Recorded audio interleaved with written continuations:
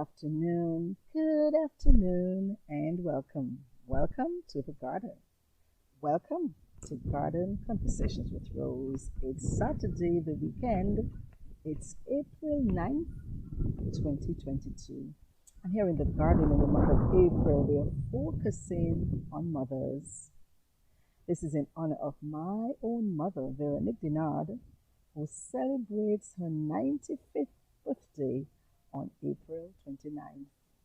And of course, we are using the theme April's Way, the woman cries, the mother cries. When we looked at women in the month of May and we highlighted for International Women's Day and indeed throughout the entire month of May, we looked at how much women could be bold and vibrant. We also encourage women to embrace all of their parts as they said the words, I am woman. And so I believe that the focus on woman, I am woman, she's woman, being bold, being vibrant, and being ourselves, as well as the mother cries, are two sides to the same coin. So while we had told you how strong we were in May, in April, we are showing you that that part of us, our vulnerability, can indeed show forth. And it doesn't mean that we are any less. So when a mother cries, she does so for a multiplicity of reasons.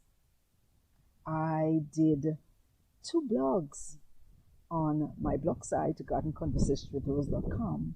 And in the initial one, I spoke about Tifille, ancette.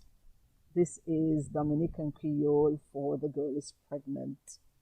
And those of you who may be my age or even a little younger can recount, and I think maybe it occurs in some instances even today, can still recount that the idea of an unmarried girl or even an unmarried young woman or even any unmarried woman doesn't strike a very welcome chord in many, many Caribbean communities.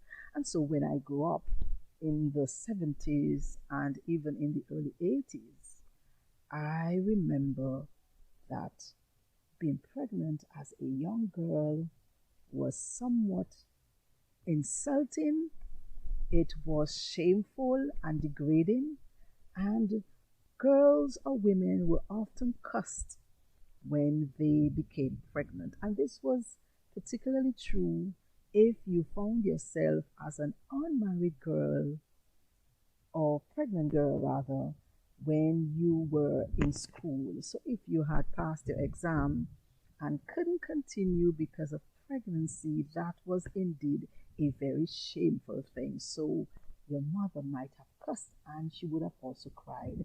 And you, if you were that person, you yourself might have shed some tears.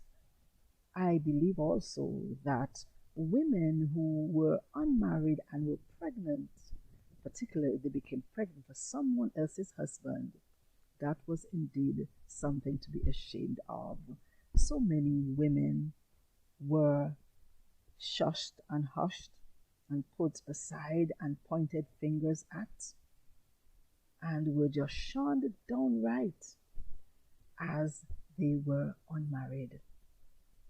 I recount that I myself, as a young woman in her early 20s, a working adult, but still a young woman in my early 20s, when I myself became ancette, that itself did not go well in many quarters. So of course, within my church community, in my fundamental evangelical church, that was a big no-no. So that was a shameful thing for me.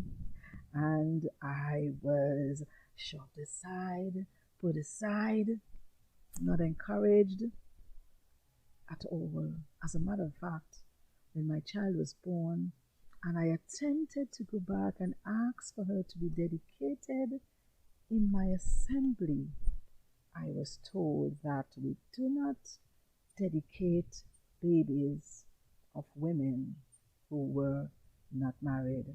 And the thing that really hurts me about all of this was I knew of another woman, an older woman as myself, who herself had become pregnant. But because she got married shortly after, the child got the privilege of being dedicated. So, of course, I had to find another fundamental church that would dedicate my child. And also within the educational sphere, there was the shameful thing of an unmarried teacher in the presence of people's children.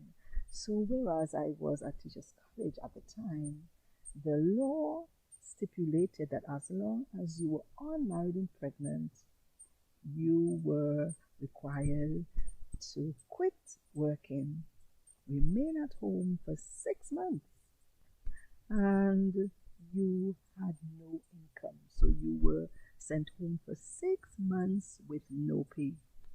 There was no contribution towards Social Security, medical benefits, and of course, there was no maternity leave. So I had to go through that ordeal when I was pregnant as a young woman in her early 20s with my first child. So, of course, there were tears on that behalf. And then, of course, within my own family setting, because I was one of the younger sisters, my older siblings being mainly men, that did not sit very well with them for the younger sister to be pregnant. So you can well imagine how much I had to deal with. And of course, I would have shed my tears. I look back and remember that my own mother herself became pregnant as a young woman in her early 20s in a foreign land where she had migrated to obtain a job and make a better living. While I wasn't there, I can only well imagine what she would have gone through in a country that was not a land of birth, being unmarried and pregnant, having perhaps to deal with where she was living and so many other things. I can well imagine the tears she might have shed.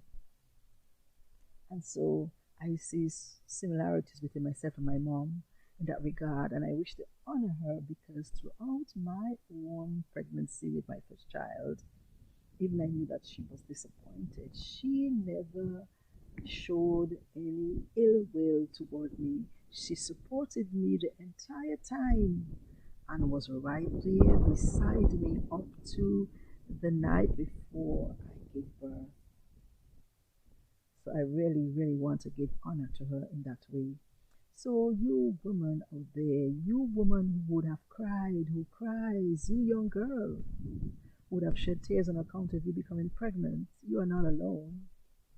And it doesn't mean that you are any less. You are still important and enough despite. And so my other blog post that I did, as a matter of fact that I did it this morning, I highlighted the struggles that women, mothers go through and shed tears for. And I entitled it, It's So Much. Because indeed, a mother cries for a multiplicity of reasons. So, of course, you have mothers who themselves would have had miscarriages. There are mothers who would have had abortions not of their own free will, and there are mothers who would have had stillbirths. Again, my own mom comes to mind with regard to the stillbirth, as I recounted telling us that the child, incidentally, would have been my only younger brother I would have had he lived, that being her child that came after me. He was stillborn, and she did not fail to say that she knew she was ready, but yet because of neglect by the healthcare providers, the child, her son, was born as a stillbirth. So I will imagine what she went through. Imagine you having prepared for 9 months for your child, and then only to find that the child is born dead or dies while you're giving birth. And of course, there are mothers whose children would have been kidnapped from them. There are mothers who, because of the circumstances surrounding the pregnancy, have to cry as we go through the whole idea of being mothers. We cry for different reasons. It is often said that mothers cry a lot for their sons. Oftentimes, when sons get into trouble with the law, mothers cry. When children become ill, mothers cry. Nothing is more hurtful than having a child in excruciating pain as a mother, and you can do nothing to help that child. I know what it feels like. Mothers cry when they aren't able to provide for their children, when their children are failing. Mothers cry when their children do not do well. Mothers cry, but you mothers remember that despite your crying, it doesn't mean that you are any less.